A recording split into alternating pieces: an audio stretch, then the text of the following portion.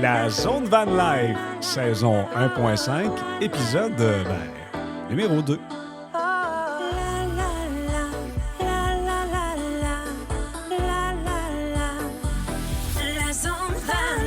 Hey, salut les amateurs de Van Life, Mario Fournier, très content de vous retrouver pour un autre épisode de la Zone Van Life qui a été enregistré au Salon du VR de Montréal qui avait lieu du 2 au 5 mars 2023. 34e édition pour le Salon du VR, un endroit qui reçoit bon an mal an entre 30 et 35 000 personnes en 4 jours. Ça fait du monde en enfant de malade. Je vous confirme que j'étais pas tout seul. Eh, boy. Ouais, je dis boboy parce que, disons que j'aurais aimé en voir un peu plus. Il y avait des fils, il y avait des line-up, comme on dit en mauvais français, mais quand même, j'ai réussi à voir des choses intéressantes. Évidemment, on dit salon du VR, donc VR comme dans véhicule récréatif, c'est-à-dire roulotte, tente, roulotte, caravane portée, bref, tout sauf des vannes, mais c'est pas vrai, il y en avait. Et comme mon podcast s'appelle La Zone Van Life, vous comprendrez que mon intérêt premier était évidemment dirigé vers le monde de la van. Il y en avait quand même pas mal. Il y avait beaucoup de compagnies avec des... comment je dirais ça? Les fabricants sur mesure, appelons-les comme ça, les Boréal de ce monde. Nomad était là. Mais bref, il y en a un paquet. Tu sais, Norvan, il n'était pas là.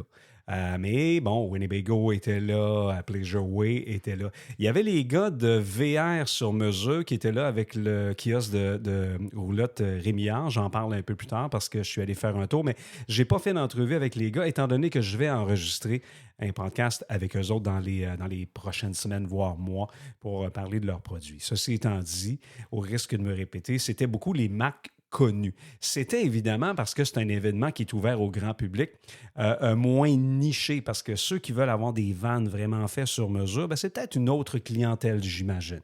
Ceci étant dit, j'ai quand même vu des choses le fun et j'ai parlé avec différents intervenants, différentes entreprises qui étaient là. Alors, ça va me faire plaisir de vous présenter ça. Juste avant, peut-être vous dire que j'ai quand même si je suis branché sur la vanne, comme il y avait des roulottes, puis des patentes, puis des gros classeurs, j'en ai quand même visité quelques-uns. Il y a des beaux produits, il faut le dire. Les roulottes ne m'intéressent pas, mais j'ai quand même été voir quelques affaires. Il y en a vraiment pour tous les goûts et tous les budgets. On voit les roulottes qui sont faites un petit peu plus cheap. Évidemment, le prix vient avec. Vous en avez pour votre argent. J'ai vu une roulotte à un moment donné. Je ne vais pas nommer la compagnie, mais j'avais vraiment l'impression que ça a été fait par des employés un vendredi après-midi qui avaient juste hâte de s'en aller prendre une bière puis commencer leur week-end parce qu'en entrant, ça craquait déjà. C'est neuf, là. Fait que j'imagine que ça va couler dans pas grand temps. Quelqu'un m'avait déjà dit à propos des roulottes, il y a celles qui coulent et celles qui vont couler. On parle évidemment d'infiltration d'eau ici. Ceci dit, ce que j'ai vu qui n'a rien à voir avec le monde de la vanne, c'est un classe B+, presque un classe C, mais c'est la marque Leisure Travel. J'ai toujours dit, le jour où j'aurai plus un classe B, puis que je serai à ma retraite et que ma blonde sera à sa retraite, puis qu'on voudra quelque chose de plus gros, c'est sûr que je voudrais un Leisure, le Unity avec le lounge à l'arrière. Je l'ai vu, je suis entré dedans. Je l'aurais acheté là si j'avais eu les moyens de le faire. Mais en même temps, c'est pas la patente qui pourrait me servir vraiment de ce temps-là. Mais ce sont tellement de beaux véhicules. Googlez ça, la marque Leisure Van, le modèle Unity avec le lounge à l'arrière. C'est 2 ans actuellement d'attente. Si vous en voulez un, il faut le commander maintenant, puis vous allez l'avoir dans 18 à 24 mois. Ça n'a aucun sens. Ceci étant dit, c'est peut-être la seule chose que j'ai fait pour bifurquer un peu de mon objectif qui était d'aller voir les vannes. Donc, Salon du VR de Montréal, 34e édition. Allons me retrouver. Ça fait comme prétentieux, ça. Bon, OK, ça, c'était quétaine. Fait que, OK. Mario, c'est à toi. Alors, je fais mon entrée au Palais des Congrès de Montréal. J'aime ça mettre des images dans la tête des gens, vous me connaissez. Alors, je vous décris la scène pour ceux qui ne sont jamais venus ici. Palais des Congrès, c'est immense. Grande salle, je suis dans le hall d'entrée en direction de l'entrée du Salon du VR. À ma droite, il y a des grandes fenêtres bleues, jaunes, roses, oranges. Bref, c'est lumineux et c'est bondé de gens. Il est pas tout à fait 10 heures encore. On est samedi matin. Les portes ouvrent à 10 heures et déjà, c'est bondé de centaines et de centaines de personnes. En fait, quand je suis arrivé à 9h30, il y avait une file d'attente, un line-up, comme on dit en mauvais français, pour l'achat des billets. C'était assez impressionnant. Donc, je m'apprête à faire mon entrée au Salon du VR, 34e édition, qui est de retour cette année. L'an passé, ça avait été annulé à cause d'une affaire qu'on appelle... comment ça s'appelle, non? Ah oui, la COVID, c'est ça. Alors, les portes sont ouvertes. Je fais mon entrée au Salon du VR. C'est comme des portes d'arche. Et on va aller voir des exposants. On va aller jaser Van Life pour ce Salon du VR de Montréal. Bien excité, première fois pour moi. Fait que le premier endroit que j'ai visité, je suis allé voir les gens de Cité Caravane qui, eux, sont dépositaires, entre autres, de la marque Pleasureway. J'ai failli, lorsque j'ai acheté mon Travato 59G, j'ai failli acheter un Pleasureway Lexar. La seule raison pour laquelle je n'ai pas acheté ce véhicule-là, c'était en fait à cause du layout, du floor plan, je vais te le dire en français à un moment donné, de l'espace intérieur. Voilà, je cherchais le mot. Le Lexar, la table en arrière où on mange devient le lit, puis ça m'énervait, puis je voulais pas ça, mais c'est la seule raison pour laquelle je ne l'avais pas acheté, parce que c'est vraiment un beau produit. Donc, je me suis entretenu avec le directeur des ventes de chez Cité Caravane, Vincent Viel. Chez Cité Caravane, on a plusieurs modèles de classe B. On a entre autres la marque Pleasureway. Quelles sont les marques que vous offrez au niveau de la van life chez Cité Caravane? Donc, chez Cité Caravane, bien sûr, comme vous avez dit, nous avons Pleasureway, nous avons les produits Tour. Donc, dans les classes B, on a le produit Tranquility. On va avoir aussi dans la marque de Integra Coach certains produits comme le produit Expense. C'est vraiment des véhicules qui sont en forte demande actuellement là, au niveau des classes B. L'énergie se situe beaucoup au travers de ça, là. Je connais bien la marque Pleasureway pour les avoir magasinés énormément. C'est un véhicule qui est fait ici au Canada. Vous me corrigerez si j'ai tort, mais je pense que c'est un produit canadien qui est vraiment de grande qualité, bien fabriqué, bien fait. Je viens ici aujourd'hui, je vais m'acheter un van. Quel serait l'avantage que j'aurais versus vos compétiteurs à acheter un véhicule chez vous de marque Pleasureway, par exemple? D'acheter un véhicule Pleasureway, c'est d'encourager le Canadien. Donc, c'est quelque chose de vraiment intéressant, d'encourager chez nous. C'est sûr que tous les produits sont intéressants, mais d'avoir un produit qui est fabriqué au Canada, on en est très fiers.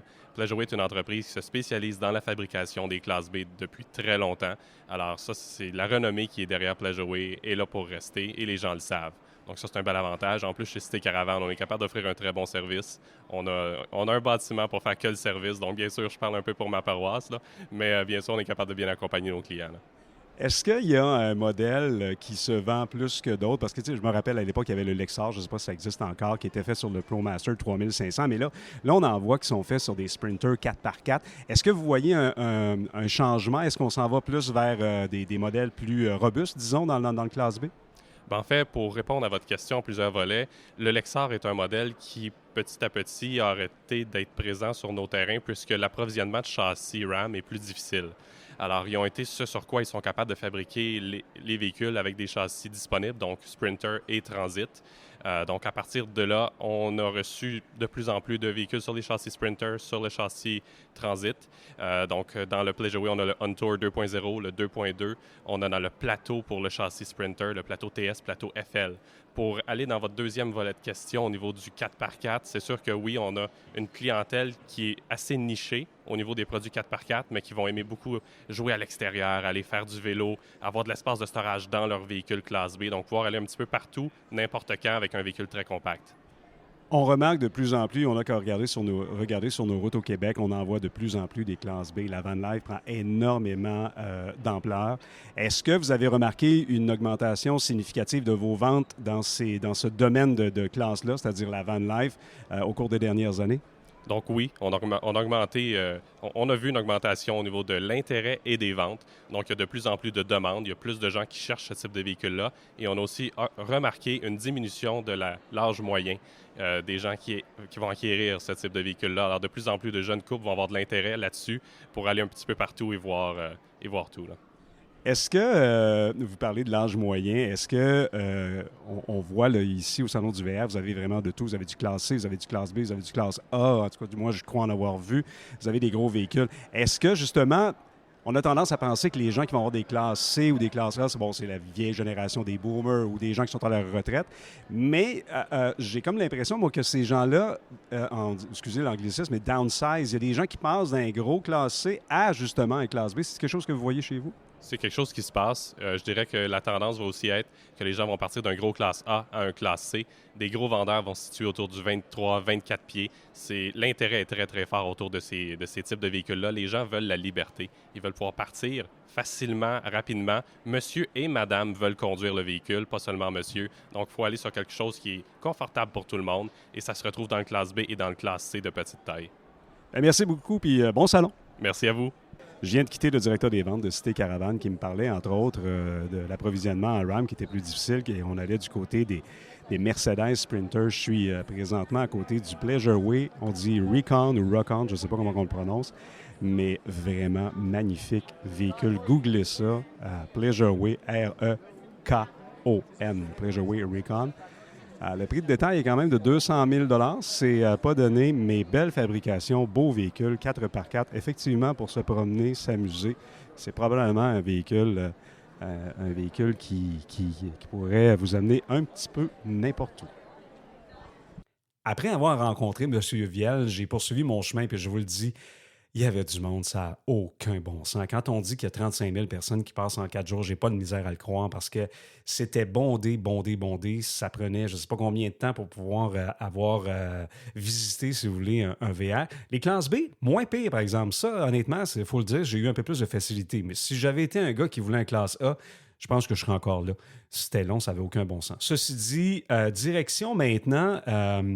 Le kiosque de Roulotte Sainte-Anne qui ont les Airstream. Mais j'ai vu quelque chose que je n'avais jamais vu chez Airstream et c'est Jimmy Laroche, le directeur adjoint aux ventes, qui m'en a parlé.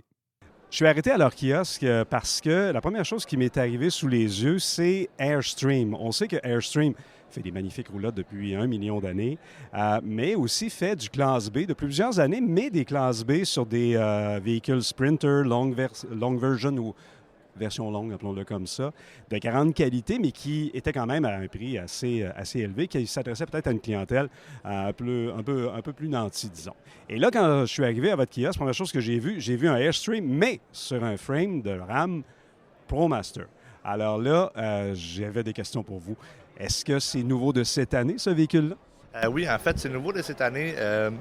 Là, je m'approche. C'est nouveau de cette année, en fait. Dans le passé, Airstream ont vraiment des critères élevés au niveau du luxe qu'ils ont dans la motorisée, autant que dans leur roulotte. Puis ProMaster, cette année, sont arrivés avec des nouvelles modifications qui ont fait en sorte que Airstream ont décidé d'embarquer un petit peu dans le projet. On prend l'écran de 10 pouces maintenant, transmission de 9 vitesses, chargeur intelligent, Apple CarPlay, Android Auto. Donc, tous des nouveaux upgrades qui ont fait en sorte que c'était attrayant pour eux de faire un motorisé dans le RAM ProMaster. Est-ce que c'était une volonté de Airstream de compétitionner justement avec les autres marques qui offrent des véhicules un peu plus abordables? Bien, clairement. En fait, on voit l'engouement dans les motorisés de classe B depuis, je vous dirais, les 2 dernières années. Là, ça va vraiment monter en flèche. Puis Airstream, non seulement ça, mais ils veulent prendre des parts de marché dans cette partie de motorisé-là. Le classe B, c'est quelque chose qui est attrayant pour eux. Puis non seulement ça, mais ça nous offre un motorisé de classe B à un prix abordable pour que les gens qui veulent s'offrir un Airstream aujourd'hui. Qu'est-ce qui différencie? Actuellement, je suis devant le modèle, c'est Ridgeline, est-ce que c'est ça? Ce modèle-là, qu'est-ce qui le différencie de ses compétiteurs? Eh mon Dieu, la liste est longue en fait. C'est non seulement un classe B, mais un classe B standard habituellement est muni d'un générateur moteur. Nous ici, on a une vraie génératrice Cummins. Le niveau d'isolation est vraiment supérieur. Le type de chauffage, on a un système de chauffage Timberline. Aucun propane dans le motorisé, donc ça, c'est vraiment un upgrade. Les gens, ils ont seulement un réservoir de carburant à s'occuper. Une grande salle de bain, puis aussi la finition de luxe Airstream qu'on retrouve dans tous les motorisés de ce type-là. Est-ce que c'est un véhicule avec des batteries au lithium, AGM, ou est-ce qu'on a différentes options? C'est muni batterie au lithium, panneau solaire 200 watts, inverter 2000 watts. Donc, encore une fois, on a une autonomie qu'on peut aller chercher électrique et compenser avec notre génératrice au besoin. Bien, je vous dis bon succès avec ce modèle-là. Airstream, il est vraiment magnifique et bon salon. Merci beaucoup. Merci beaucoup. Bon salon. Poursuis mon chemin au travers des kiosques du Salon du VR 2023 au Palais des Congrès de Montréal. Et là, j'arrive devant le kiosque d'une fierté québécoise. Ils font des roulottes, mais ils font des sacrés beaux VR, des beaux vannes, des classes B.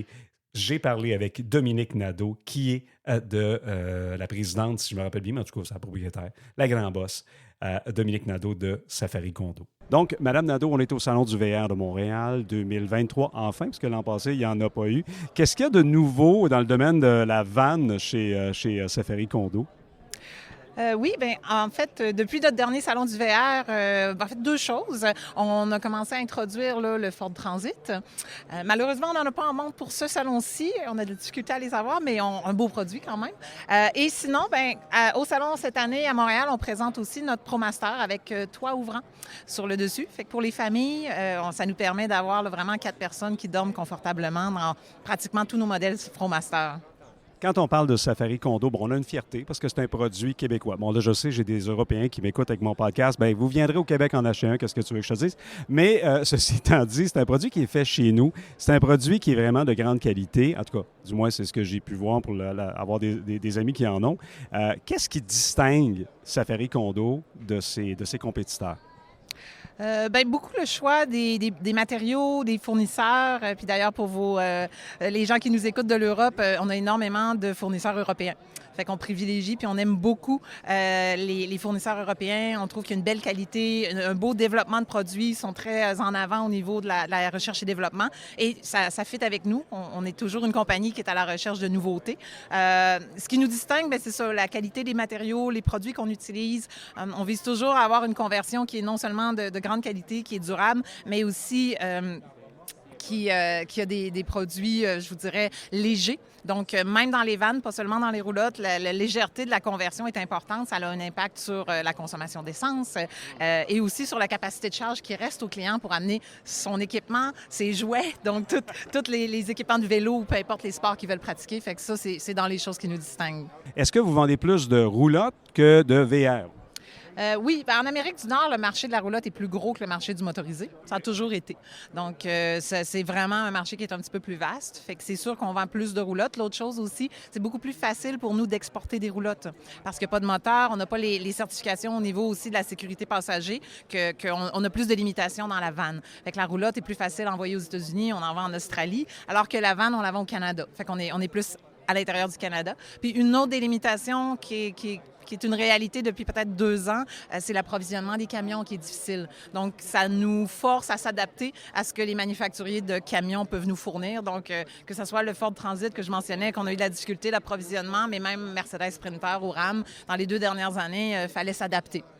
Mais c'est probablement une raison, corrigez-moi si j'ai tort, justement d'avoir plusieurs modèles sur le ProMaster, sur le Sprinter et sur le Transit pour être capable de fournir à la demande. Parce que si vous avez seulement du RAM, par exemple, bien là, vous ne pourrez pas fournir. Ah oui, puis on l'a appris, ça fait 25 ans qu'on est en affaires. Au début, on était juste avec GM, puis à un moment donné, il y a eu une pénurie d'un différentiel chez GM. Ils ont fermé leur usine pendant des mois et notre entreprise a fermé aussi. Fait qu'à un moment donné, on a appris de ça et maintenant, on a plusieurs manufacturiers de vannes parce qu'effectivement, ça nous permet de garder nos opérations ouvertes. Quand un a de la difficulté, ça ne veut pas dire que tous les autres sont dans la même situation. Là. Bien, merci beaucoup, puis bon salon. Merci beaucoup. Je me déplace et je suis maintenant au kiosque de roulotte Rémillard. Je ne vais pas faire d'entrevue avec personne, mais je vois les vannes de VR sur mesure qui sont ici. En fait, il y en a 2. C'est le modèle Tandem et le modèle Tandem XL qui est fait sur le frame de Ram ProMaster 3500, mais version allongée. Vraiment des beaux véhicules que VR sur mesure font. J'en ai déjà parlé dans mon podcast avec, entre autres, mon chum Gino et aussi Eric qui se sont fait faire des vannes sur mesure.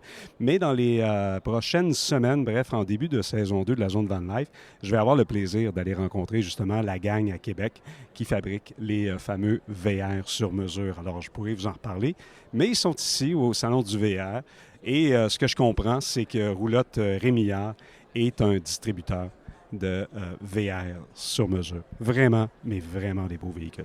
À suivre dans un prochain podcast. Juste un petit peu plus loin, leur kiosque était vraiment magnifique, honnêtement. Je l'ai trouvé super beau. Il y avait du stock. C'est les gens de VR Saint-Cyr, ceux qui m'ont vendu mon van il y a maintenant 4 ans. En 2018 qu'on a acheté notre Travato. On l'a acheté en 2018, c'est un modèle de 2019, notre Travato 59G. Et j'ai eu le plaisir de rencontrer un gars super sympathique. C'est le directeur des ventes de VR Saint-Cyr. Il s'appelle Patrick Dextraz. Là, je suis à un kiosque, une marque que je connais très bien, c'est-à-dire Winnebago, parce que ceux qui me suivent savent que j'ai un Winnebago 59G 2019 que j'ai acheté en 2018, que j'adore et que vous pouvez voir sur ma chaîne YouTube Mario Fournier, la zone Van Life. Et là, je suis avec les gens de VR Saint-Cyr pour parler justement des différents modèles qu'ils ont dans le domaine du van. J'en ai 3 devant moi au Salon du VR. Donc, parlez-moi un peu des différents modèles qu'on a chez Winnebago. Bien, sur le plancher, ici, comme on voit derrière moi, dans le fond, ce qui se produit, c'est que j'ai le Solis Pocket, qui est la nouvelle mouture, si on peut dire, qui est une petite version de 17 pieds, dans le fond. J'ai pas de douche, j'ai pas de salle de bain, seulement une toilette à cassette. Donc, c'est vraiment pour quelqu'un qui cherche à avoir comme le petit véhicule parfait pour se véhiculer, mais dans les faits, il n'y a pas nécessairement besoin d'avoir la salle de bain complète. J'ai pas de chauffe-eau non plus, donc je l'appelle ma petite tente avec un volant. Ça, c'est la petite version, c'est 17 pieds, c'est passe-partout.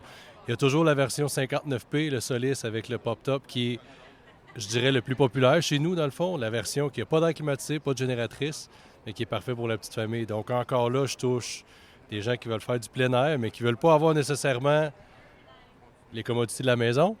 Hein, on va se dire ça. Puis ils ont poussé plus loin un petit peu au Winnebago. Ils ont été chercher la même longueur qu'un Travato comme le tien, 21 pieds. Ils ont ajouté la régénératrice, ils ont ajouté la climatisée. Peut-être pour aller chercher les gens qui étaient un petit peu plus douillets, qui avaient besoin de confort, peut-être, Mario, je ne sais pas. Mais tu sais, c'est des versions qui sont intéressantes. Au niveau des batteries lithium, tu sais, ça a gagné beaucoup en autonomie. Les panneaux solaires sont là, évidemment. Donc, je suis capable de tout faire fonctionner ma machine. Puis comme les ampoules, il n'y a plus rien d'halogène là-dedans. Hein.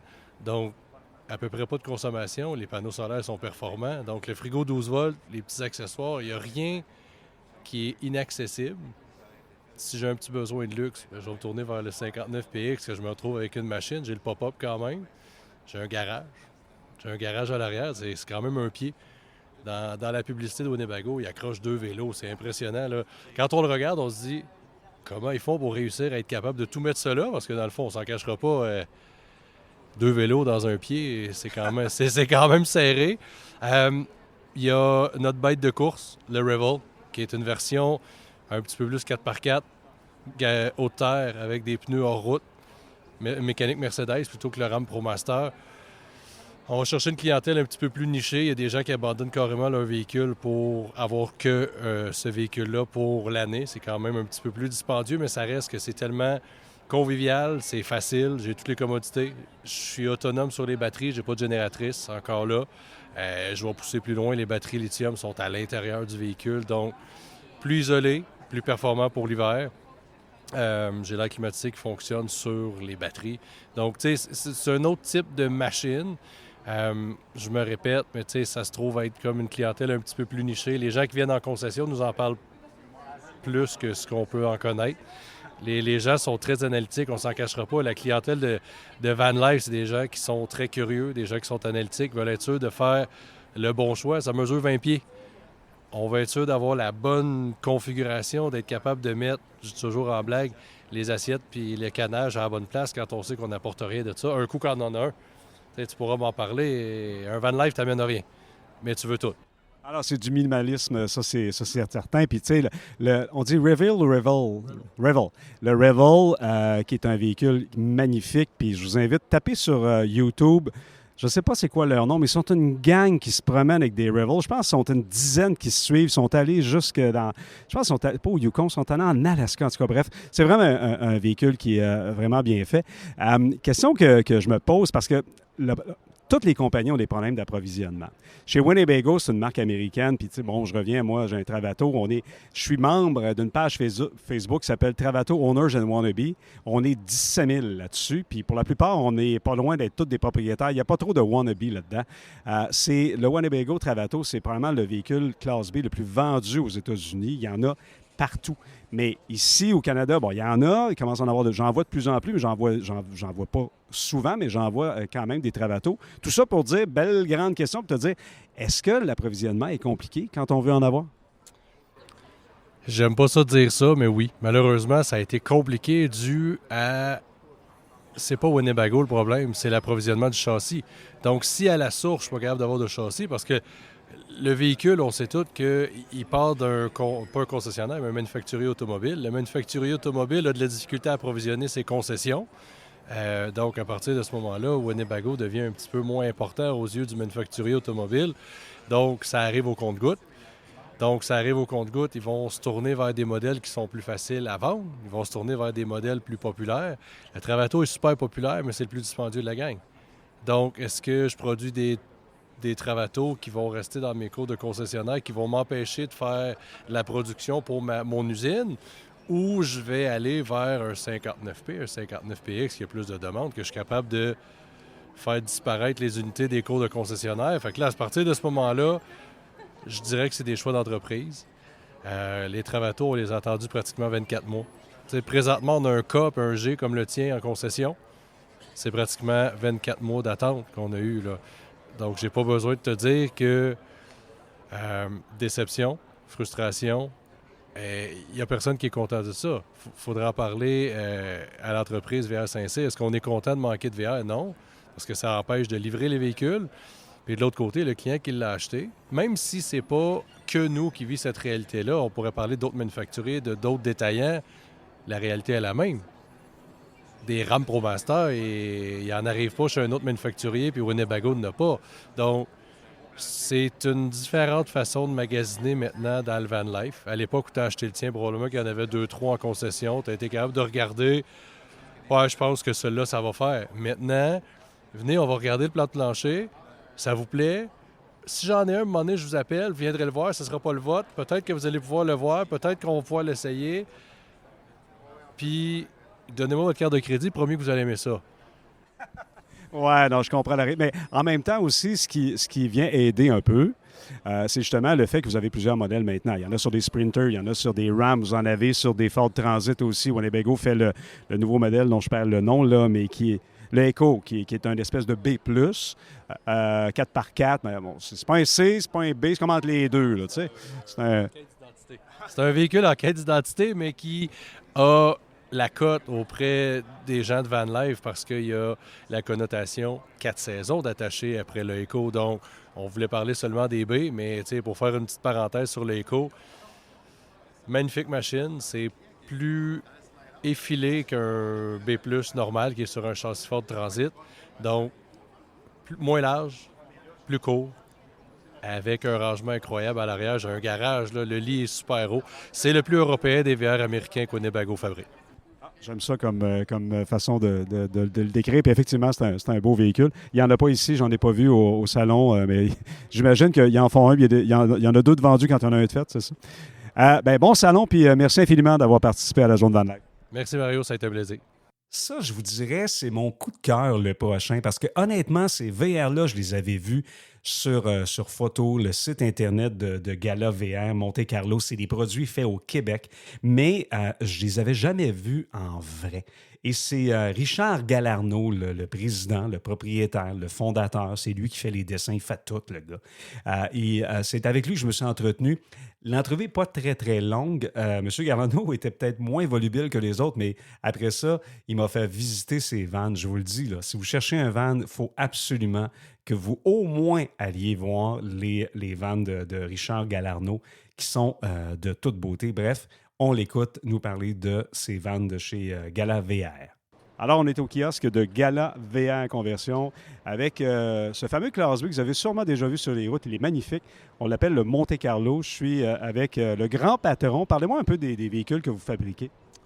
Bien, tout d'abord, on a commencé à développer ce véhicule-là en 2011. Ça fait maintenant plus que 12 ans sur le marché. Et puis, on a développé un véhicule de loisirs assez particulier, avec des matériaux, des composantes vraiment très solides. Et puis, on a beaucoup de pièces de fibre de verre dans le véhicule. On était un petit peu en dehors du marché ce qu'il y avait avant, parce que les gens construisent, des manufacturiers, je devrais dire, construisent des motorisés plus carrés, plus sobres un peu. Nous, on était vraiment sur la haute gamme. Et puis, avec, comme je vous dis, des matériaux, beaucoup de matériaux de composite. Et ça, c'est quelque chose qui me frappe. Puis honnêtement, je trouve ça magnifique parce que je suis devant le modèle, je ne sais pas lequel que c'est, mais peu importe, parce qu'ils sont tous un peu à l'intérieur faits de la même manière. C'est des courbes, c'est du fibre de verre, comme vous l'avez dit. Ça fait très luxueux. On n'est pas dans le bois brun.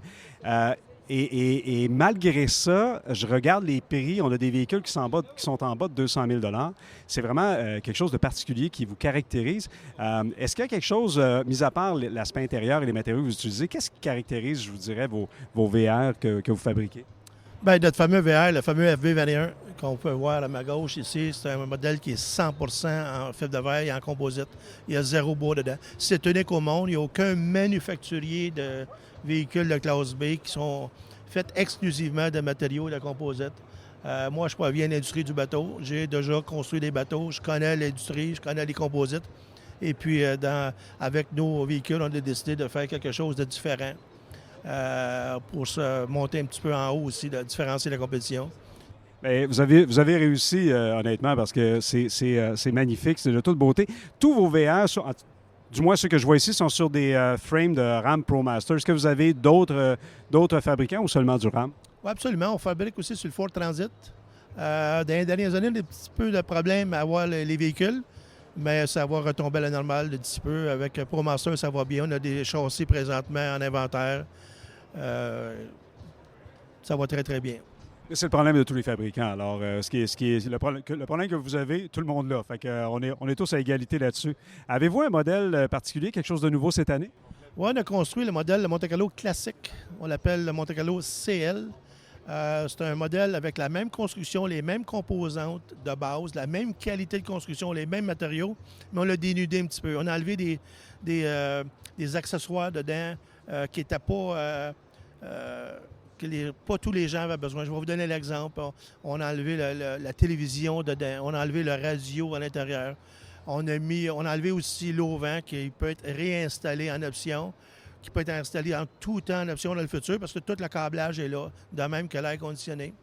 On y était avec des meubles aussi un peu plus classiques, des meubles carrés, moins d'ouvrage à l'ébénisterie. Fait qu'on arrive avec un véhicule abordable qui est environ une vingtaine de mille dollars de moins que nos modèles Monte Carlo LX.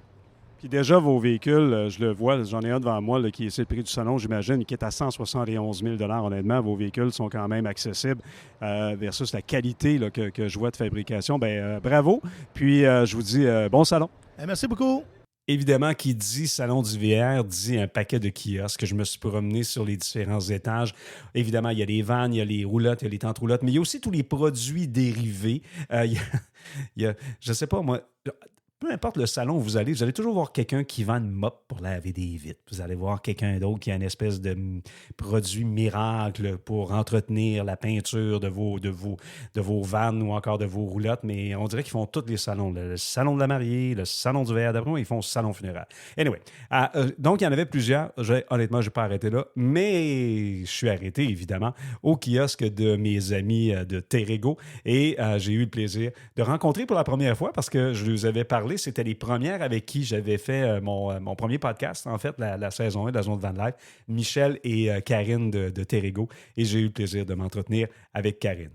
Bien, Karine, première question. Parle-moi, entre autres, de l'application, parce que vous m'en aviez parlé dans le premier podcast, que c'était un projet puis ça s'en venait. Bien là, c'est fait. C'est fait. Je dois avouer, Mario, que quand on vous en avait parlé, on avait promis ça en juin 2022. Là, je suis un petit peu gênée parce qu'on l'a eu au temps des fêtes, finalement. Mais ça, c'est parce qu'on est perfectionniste. Fait qu'on voulait qu'elle soit vraiment nickel quand l'application va sortir. Donc là, la saison commence le 1er mai. C'est là que les gens vont pouvoir la tester. On est bien excités, on est vraiment hâte. Différentes fonctionnalités. En gros, là, la réservation, les recherches de sites, ça va être beaucoup plus facile sur l'application. Navigation sur la carte aussi, là, qui a été améliorée. Les gens vont pouvoir faire des itinéraires. Exemple, entre Montréal et Québec, sortez-moi tous les autres dans un rayon de 25 km. Ils vont pouvoir aussi organiser les favoris par liste. Carte de membres numérique aussi. Fait que, bref, plein de petites nouveautés comme ça sur l'application. Wow, mais ça, c'est vraiment cool. Puis, tu sais, ce que tu viens de dire, de faire un trajet, ça, j'adore ça, parce que souvent, quand tu n'as pas ça, bien là, tu regardes les endroits, tu dis, je pourrais aller là, ah non, ouais, il n'y a personne. Là, tu dis, je pars du point A, je m'en vais au point B, qu'est-ce qu'il y a entre les deux? C'est ça. Fait que là, on va voir les autres qu'il y aura sur notre trajet, c'est ça? Exact, c'est en plein ça. Et jumelé avec l'organisation des favoris par liste, là, on peut partir du trajet, puis se faire une liste à partir de ça, puis la garder pour plus tard dans l'année. Et la liste est prête à être utilisée. Et la recherche aussi, quand on se fait un trajet, la recherche est conservée. Fait que j'y retourne 2 jours plus tard, il est encore là, mon trajet. Fait que c'est aussi... OK, bien, génial. Alors, j'ai hâte de l'essayer parce que j'ai pas fait de van cet hiver. Mais il y en a qui ont fait de la vanne cet hiver. Je te confirme que l'an prochain, c'est sûr que je ne vais pas l'hiverner. Non, je n'aurai pas le choix parce que les tuyaux vont geler, mais bref, je vais m'en servir. Ce que je veux dire, c'est là où je m'en vais, c'est que cette année, c'est nouveau. Il y avait quelques autres, des producteurs qui acceptaient que l'on passe la nuit chez eux cet hiver. Oui, là, on a fait plaisir aux extrêmes, là, les aventuriers de l'hiver, là, ceux qui n'ont pas froid, ils n'ont pas peur des moins 20 sous la neige. À chaque année, on se le faisait demander de plus en plus par les membres. Ça reste marginal, Mario. Je t'avoue, là, c'est pas la majorité des membres qui voyagent l'hiver, mais on se rend compte qu'à chaque année, ils sont de plus en plus nombreux à vouloir le faire. Fait que là, on s'est dit, bien, pourquoi pas? Il y a des autres qui sont ouverts à l'année, fait qu'eux aussi vont être contents.